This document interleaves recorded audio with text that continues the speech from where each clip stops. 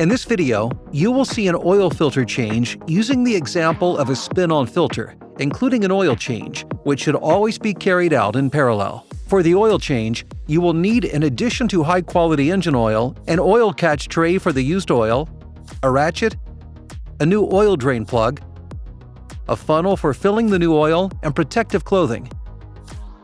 For the subsequent filter change, a quality filter, a suitable oil filter wrench, a ratchet, a torque wrench, and cleaning spray are required. To avoid damage, the oil filter and oil should be changed regularly according to the vehicle manufacturer's instructions. If an oil filter is clogged, for example, metal debris can get into the oil.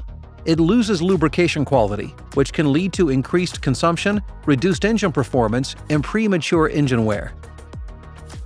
Note: if it is a hybrid or electric vehicle, it must be electrically enabled by trained personnel. Let's go with the oil change.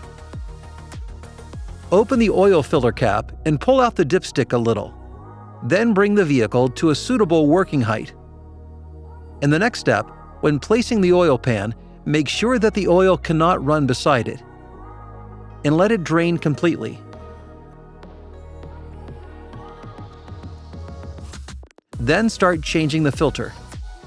To do this, take the appropriate oil filter wrench and loosen the old filter with it. Now you can carefully unscrew it from the oil filter attachment thread. Please always dispose of the old oil filter properly. Before installing the new oil filter, thoroughly clean the area around the filter attachment with a cleaning spray, as well as a lint-free cloth to avoid possible contamination. Rub or lubricate the rubber seal of the new filter with a little engine oil. This keeps the seal supple and prevents so-called burning. When installing, make sure that the filter is screwed on correctly to prevent oil leakage and tightened to the specified torque.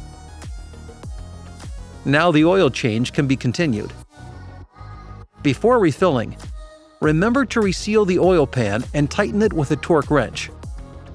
Then fill with new oil according to the manufacturer's instructions. Finally, check the oil level and whether the oil change was performed correctly according to the manufacturer's specifications. Be sure to check the new filter for external leakage.